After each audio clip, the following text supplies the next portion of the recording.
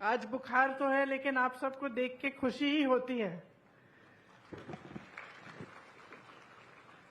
क्योंकि आप खुश लगते हो। 2 दिन पहले मध्य प्रदेश गई थी, वहां की जनता खुश नहीं लगती। जब भी मैं छत्तीसगढ़ आती हूं और संबोधित करती हूं जनता को, तो आप मुस्कुराते हुए दिखते हैं। इसका मतलब है कि यहाँ हालचाल ठीक है कि नहीं? अच्छे हैं, खास तौर से मेरी बहनें। देखिए, खेरागढ़ नागवंशी राजाओं की धरती है। राजा वीरेंद्र बहादुर सिंह जी और रानी पद्मावती देवी जी की कर्मभूमि है। आपको शायद मालूम होगा कि पद्मावती जी और इंदिरा जी का बहुत करीबी रिश्ता था।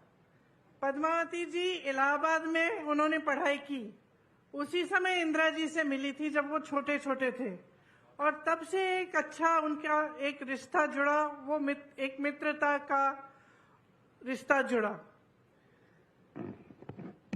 बाद में जब नेहरू जी को पता चला कि पद्मावती जी बहुत सेवा करती हैं समाज की, और कई ऐसी चीजें हैं जिनमें उन्होंने समाज के लिए बड़े बड़े कार्य किए हैं, तो पंडित जी और रविशंकर शुक्ल जी ने उनको प्रेरित किया कि राजनीति में आओ, और राजनीति के जरिए जनता की खूब अच्छी तरह से तुम सेवा कर पाओगी। तो ये एक पुराना रिश्ता है खेरागढ़ का हमारे परिवार के साथ। इसी के तहत इंदिरा संगीत विश्वविद्यालय की स्थापना हुई, और ये जो नाम इससे जुड़ा है, इंदिरा का नाम, ये पद्मावती जी ने अपनी बेटी को इंदिरा जी का नाम दिया। और फिर विश्वविद्यालय की जब स्थापना हुई तो इंदिरा जी आए उस विश्वविद्यालय का उद्घाटन को करने के लिए। तो एक लंबा रिश्ता है, एक पुराना रिश्ता है। बघेल जी ने कांग्रेस की तरफ से उस रिश्ते को निभाने का काम किया। बहुत समय से आपकी मांग थी कि खैरागढ़ जिला बने। आपसे बघेल जी ने ये वादा किया उपचुनाव के समय कि करेंगे, और जैसे ही नतीजा आया, उसके 3 दिन के भीतर खैरागढ़ का नया जिला बन गया।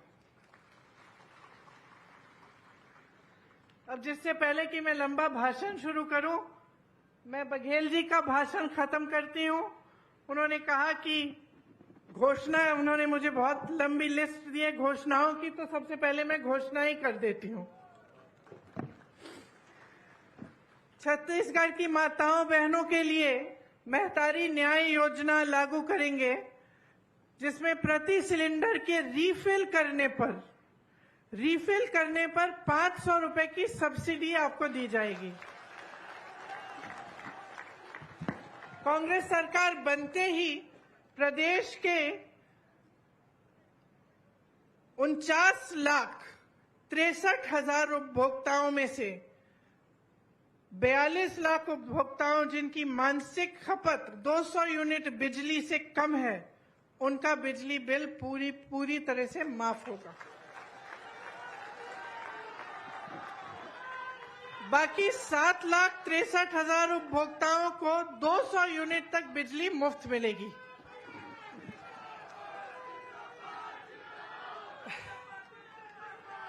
महिलाओं द्वारा संचालित स्वयं सहायता समूह के कर्ज को माफ किया जाएगा, और महिलाओं द्वारा सक्षम योजना अंतर्गत लिए गए ऋण को भी माफ किया जाएगा।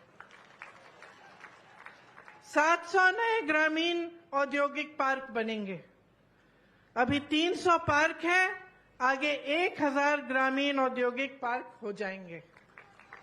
राज्य के सभी 6000 सरकारी हायर सेकेंडरी और हाई स्कूल को स्वामी आत्मानंद इंग्लिश और हिंदी मीडियम स्कूलों में अपग्रेड किया जाएगा।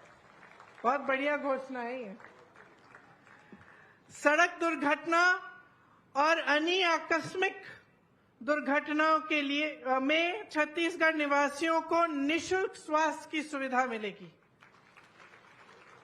परिवहन व्यवसाय से जुड़े 6,000 से अधिक वाहन मालिकों के 2018 तक से 726 करोड़ राशि के बकाया मोटरयान टैक्स ब्याज के कर्ज की माफी की जाएगी। सरकार बनते ही किसानों से तीवरा को भी एमएसपी में खरीदा जाएगा। तो देखिए, ये बहुत जरूरी है कि आप छत्तीसगढ़ की जनता हो, आप समझो कि आज छत्तीसगढ़ कहां खड़ा है। सामने दो राहें हैं, या तो आप भाजपा को चुनेंगे या आप कांग्रेस को चुनेंगे। और आप जहां पे आप खड़े हैं उसे समझना इसलिए जरूरी है कि कहीं गलती से आप गलत चीज न चुन लें। मैंने कहा मैं मध्य प्रदेश गई, ये छोटी बात नहीं है कि वहां की जनता दुखी लगती है। दुखी किस लिए है? क्योंकि वहां जाके देखिए उनको कितना मिल रहा है धान के लिए। जब मैंने मंच से कहा मध्य प्रदेश में कि जानते हैं कि छत्तीसगढ़ में जो आपसे लगा हुआ प्रदेश है, छत्तीसगढ़ में 2400, अब तो ज्यादा बढ़ गया है, 2600 कुछ हो गया है, 2400 से 2600 का आपको धान के लिए आपको दाम मिल रहा है, तो चौंक गई जनता। मैं देख रही थी लोगों के चेहरे चुप हो गए।